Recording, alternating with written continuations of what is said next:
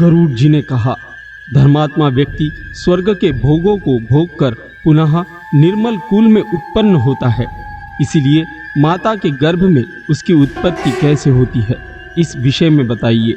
हे करुणानिधि, पुण्यात्मा पुरुष इस देह के विषय में जिस प्रकार विचार करता है वह मैं सुनना चाहता हूँ, मुझे बताइए। श्री भगवान ने कहा, हे ताक्ष, तुमने ठीक पूछा है। मैं तुम्हें परम गोपनीय बात बताता हूँ जिसे जान लेने मात्र से मनुष्य सर्वज्ञ हो जाता है। पहले मैं तुम्हें शरीर के परमार्थिक स्वरूप के विषय में बतलाता हूँ, जो ब्रह्मांड के गुणों से संपन्न है और योगियों के द्वारा करने योग्य है। इस पारमार्थिक शरीर में जिस प्रकार योगी लोग षट चक्र का चिंतन करते हैं वह सब मुझसे सुनो।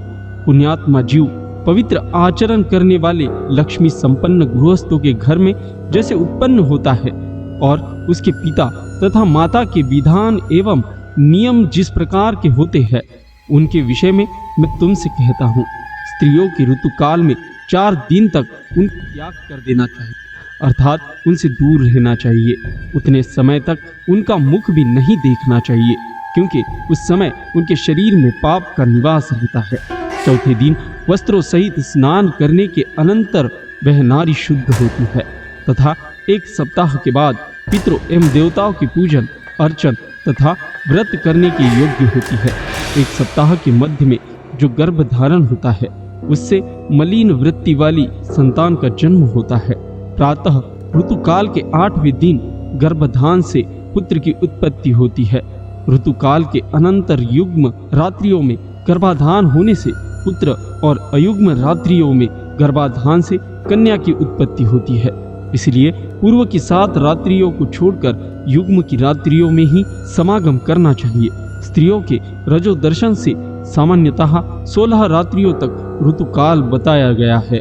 14वीं रात्रि को गर्भधान होने पर गुणवान, भाग्यवान और धार्मिक पुत्र की उत्पत्ति होती है। प्राकृतिक जीवों को गर्भाधान के निमित्त उस रात्रि में गर्भाधान का अवसर प्राप्त नहीं होता। 5वें दिन स्त्री को मधुर भोजन करना चाहिए। कड़ुआ, खारा, तीखा तथा उष्ण भोजन से दूर रहना चाहिए। तब स्त्री का वह क्षेत्र औषधि का पात्र हो जाता है और उसमें संस्थापित बीज अमृत की तरह सुरक्षित रहता है।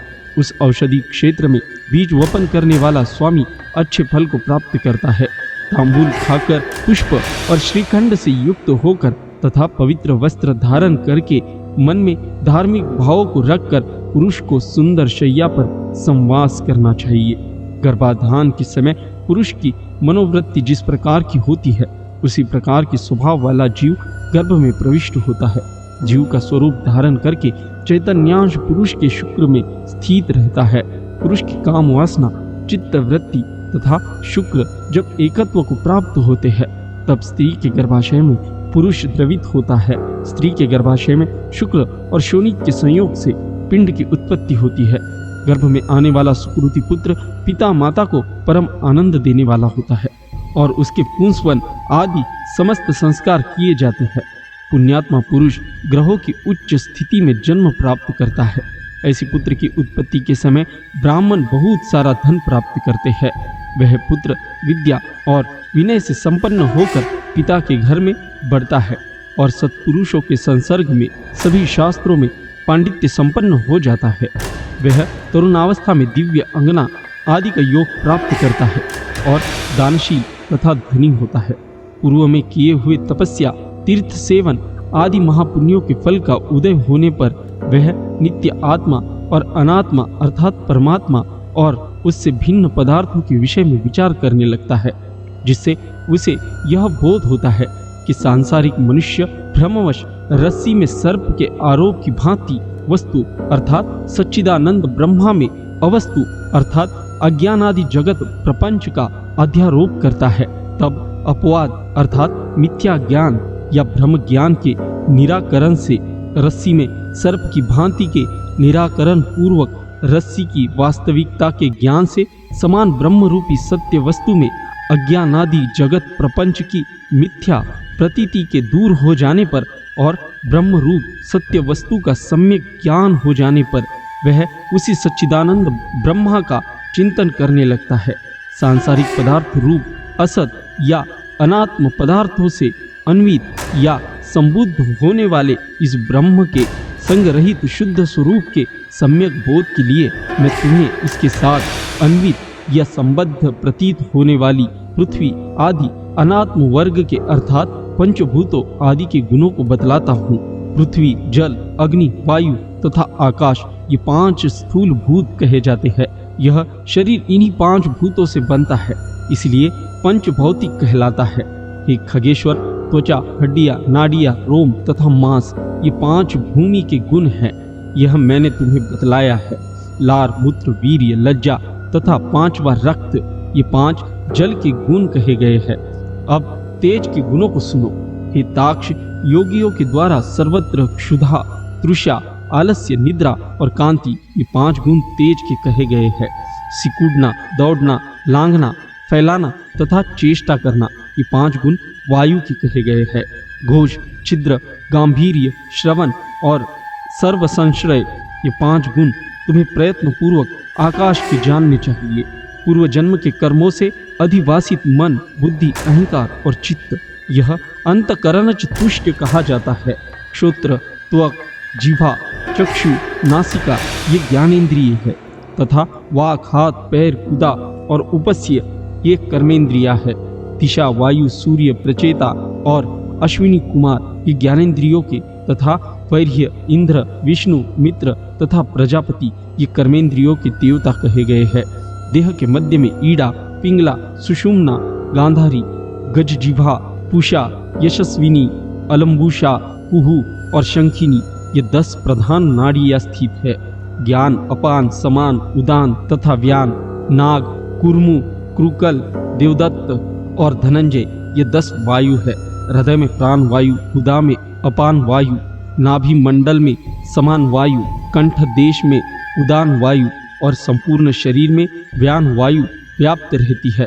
उंदार नाग वायु हेतु है, जिसके द्वारा उन्मिलन होता है, वह कर्म वायु कहा जाता है। क्रुकल नामक वायु क्षुधा और उद्दीप्त करता है। देवदत्त नामक वायु जंभाई कराता है। सर्वव्यापी धनंजय वायु मृत्यु के पश्चात भी मृत शरीर को नहीं छोड़ता। ग्रास के रूप में खाया गया अन्न सभी प्राणियों के शरीर को पुष्ट करता है। उसी पुष्टिकरण अन्न के सारांश भूत रस को व्यान नाम का वायु शरीर की सभी नाड़ियों में पहुंचाता है। उस वायु के द्वारा भुक्त आहार 2 भागों में विभक्त कर दिया जाता है। गुदा भाग में प्रविष्ट होकर सम्यक रूप से अन्न और जल को पृथक पृथक करके अग्नि के ऊपर जल और जल के ऊपर अन्न को करके अग्नि के नीचे वह प्राण वायु स्वतः स्थित होकर उस अग्नि को धीरे धीरे धोंकता है। उसके द्वारा धोंके जाने पर अग्नि कीट और रस की पृथक पृथक कर देता है। तब वह व्यान वायु उस रस को संपूर्ण शरीर में पहुंचाता है। शरीर से पृथक किया गया कीट शरीर के कर्ण, नासिका आदि 12 छिद्रों से बाहर निकलता है। कान, आंख, नासिका, जीभा, नख, गुदा, गुप्तांग तथा शिराएं और समस्त शरीर में स्थित छिद्र एवं लोम के 12 मल के निवास स्थान है। जैसे सूर्य से प्रकाश प्राप्त करके प्राणी अपने अपने कर्मों में प्रवृत्त होते हैं, उसी प्रकार चैतन्यांश से सत्ता प्राप्त करके ये सभी वायु अपने अपने कर्म में प्रवृत्त होते हैं। हे खग, अब नर देह के 2 रूपों के विषय में सुनो। यह व्यवहारिक तथा दूसरा पारमार्थिक है। हे विनता सूत्र, व्यवहारिक शरीर में 3.5 करोड़ रोम, 7 लाख केश, 20 नख तथा 32 दांत सामान्यतः बनाए गए हैं। इस शरीर में 1000 पल मांस, 100 पल रक्त, 10 पल मेधा, 70 पल त्वचा, 12 पल मज्जा और 3 पल महारक्त होता है। पुरुष के शरीर में 2 कुवड़ शुक्र और स्त्री के शरीर में 1 कुवड़ शोणित होता है। संपूर्ण शरीर में 360 हड्डियां कही गई है। शरीर में स्थूल और सूक्ष्म रूप से करोड़ों नाड़ियां है। इसमें 50 पल पित्त और उसका आधा अर्थात 25 पल श्लेष्मा बताया गया है। सदा होने वाले विष्टा और मूत्र का प्रमाण निश्चित नहीं किया गया है। व्यवहारिक शरीर इन ऊपर युक्त गुणों से युक्त है। पारमार्थिक शरीर में सभी 14 भुवन, सभी पर्वत, सभी द्वीप, एवं सभी सागर तथा सूर्य आदि ग्रह सूक्ष्म रूप से विद्यमान रहते हैं। पारमार्थिक शरीर में मूलाधार आदि 6 चक्र होते हैं। ब्रह्मांड में जो गुण कहे गए हैं वे सभी इस शरीर में स्थित है। योनियों के धारणास्पद उन गुणों को मैं बताता हूँ जिनकी भावना करने से जीव विराट स्वरूप का भागी हो जाता है। पैर के तलवे में तल लोक तथा पैर के ऊपर वितल लोक जानना चाहिए। इसी प्रकार जानू में सुतल लोक और जांघों में महातल लोक जानना चाहिए। शक्ति के मूल में तलातल, गृह स्थान में रसातल, कटी प्रदेश में पाताल। इस प्रकार पैरों के तलों से लेकर कटी पर्यंत 7 अधोलोक कहे गए हैं। नाभि के मध्य में भूरलोक, नाभि के ऊपर भूअरलोक, हृदय में स्वरलोक, कंठ में महरलोक, मुख में जनलोक, ललाट में तपोलोक और ब्रह्मरंध्र में सत्यलोक स्थित है। इस प्रकार 14 लोक पारमार्थिक शरीर में स्थित है। त्रिकोण के मध्य में मेरु, अधः कोण में मंदर, दाहिने कोण में कैलाश, वामन कोण में हिमाचल, ऊर्ध्व रेखा में निषद, दाहिनी ओर की रेखा में गंधमादन तथा बाई ओर की रेखा में रमणाचल नामक पर्वत स्थित है। ये 7 कुल पर्वत इस परमार्थिक शरीर में है। अस्थि में जम्बू द्वीप, मज्जा में शाक द्वीप, मांस में कुशु द्वीप, शिराओं में क्रौंच द्वीप, त्वचा में शाल्मली द्वीप, रोम समूह में गोमेद द्वीप और नख में पुष्कर द्वीप की स्थिति जाननी चाहिए। तत्पश्चात सागरों की स्थिति इस प्रकार है। हे विंतासूत, क्षार समुद्र मूत्र में, क्षीर सागर दूध में, सूरा का सागर श्लेष में, घृत का सागर मज्जा में, रस का सागर शरीरस्थ रस में और दधी सागर रक्त में स्थित समझना चाहिए। स्वादुदक सागर को लंबी का स्थान यानी कंठ के लटकते हुए भाग अथवा उपजीवा का काकल में समझना चाहिए। नाद चक्र में सूर्य, बिंदु चक्र में चंद्रमा, नेत्रों में मंगल और हृदय में बुध को स्थित समझना चाहिए। विष्णु स्थान अर्थात नाभि में स्थित मणिपूरक चक्र में बृहस्पति तथा शुक्र में शुक्र स्थित है। नाभि स्थान नाभि में शनेश्वर स्थित है और मुख में राहु स्थित कहा गया है। वायु स्थान में केतु स्थित है। इस प्रकार समस्त ग्रह मंडल इस पारमार्थिक शरीर में विद्यमान है। इस प्रकार अपने शरीर में समस्त ब्रह्मांड का चिंतन करना चाहिए। प्रभात काल में सदा पद्मासन में स्थित होकर 6 चक्रों का चिंतन करे और यथोक्त क्रम से अजपा जप करे। अजपा नाम की गायत्री मुनियों को मोक्ष देने वाली है।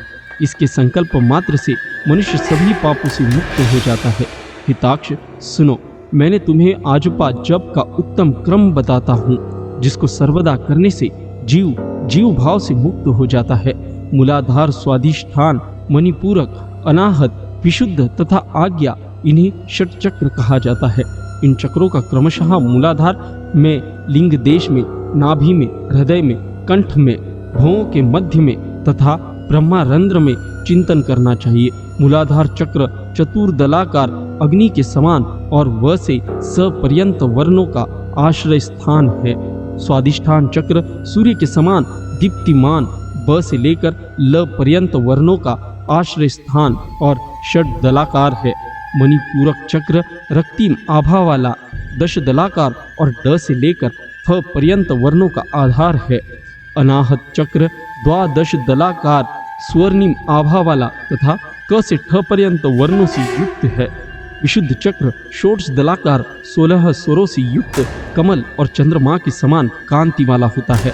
अज्ञा चक्र हाँ सह इन 2 अक्षरों से युक्त द्विदलाकार और रक्तिम वर्ण का है। उसके ऊपर ब्रह्मरेंद्र में देदीप्यमान सहस्त्र दल कमल चक्र है, जो कि सदा सत्यमय, आनंदमय, शिवमय, ज्योतिर्मय और शाश्वत है। इन चक्रों में क्रमशः गणेश, ब्रह्मा, विष्णु, शिव, जीवात्मा, गुरु तथा व्यापक पर ब्रह्म का चिंतन करना चाहिए।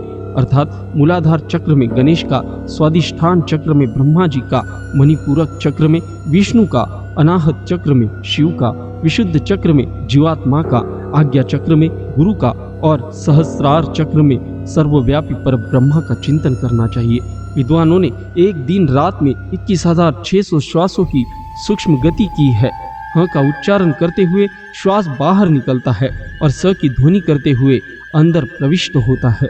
इस प्रकार तात्विक रूप से जीव हंस हंस इस मंत्र से परमात्मा का निरंतर जप करता रहता है।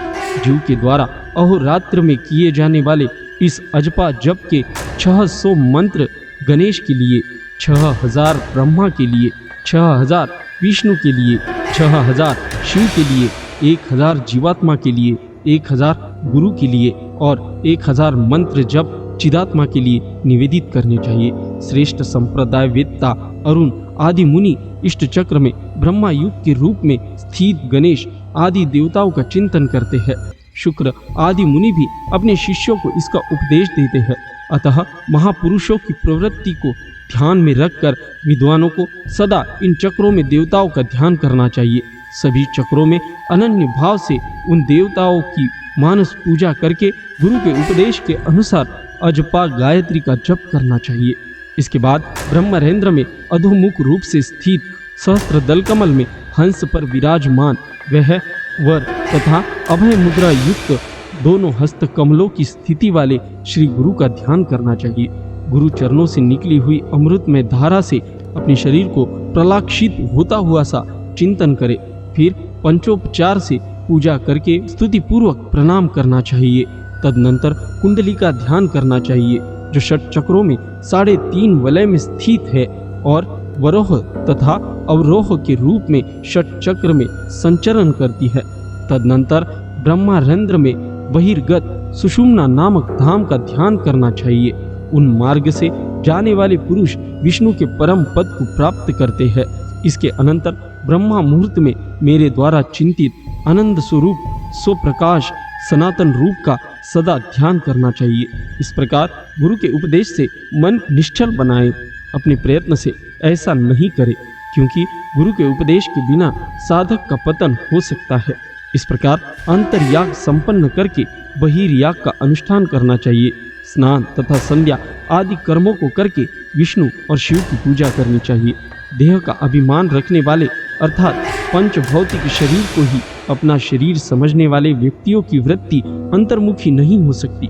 इसलिए उनके लिए सरलता पूर्वक की जा सकने वाली मेरी भक्ति ही मोक्ष साधिका हो सकती है। यद्यपि तपस्या और योग साधना आदि भी मोक्ष के मार्ग है, तो भी इस संसार चक्र में फंसे हुए व्यक्तियों के उद्धार के लिए मेरा भक्ति मार्ग ही समीचीन उपाय है। ब्रह्मा आदि देवों ने वेद और शास्त्र का पुनः पुनः विचार करके 3 बार यही सिद्धांत सुनिश्चित किया है। यज्ञादि सद्धर्म भी अंतःकरण की शुद्धि के हेतु है और इस शुद्धि के फलस्वरूप मेरी भक्ति प्राप्त होती है, जिसे प्राप्त करके व्यक्ति पुनः जन्म मरणादि दुखों से पीड़ित नहीं होता। हिताक्ष जो सुकृति मनुष्य इस प्रकार का आचरण करता है वह मेरे भक्ति के योग से सनातन मोक्ष पद प्राप्त करता है। इस प्रकार गरुड़ पुराण के अंतर्गत सारोद्वार में सुकृति जन्माचरण निरूपण नामक 15वां अध्याय पूरा हुआ। यदि आप गरुड़ पुराण के 16वें अध्याय में भी रुचि रखते हो तो वीडियो को लाइक करके हमारे हिंदू पंडित जी चैनल को सब्सक्राइब करें। मिलते हैं अगली वीडियो में।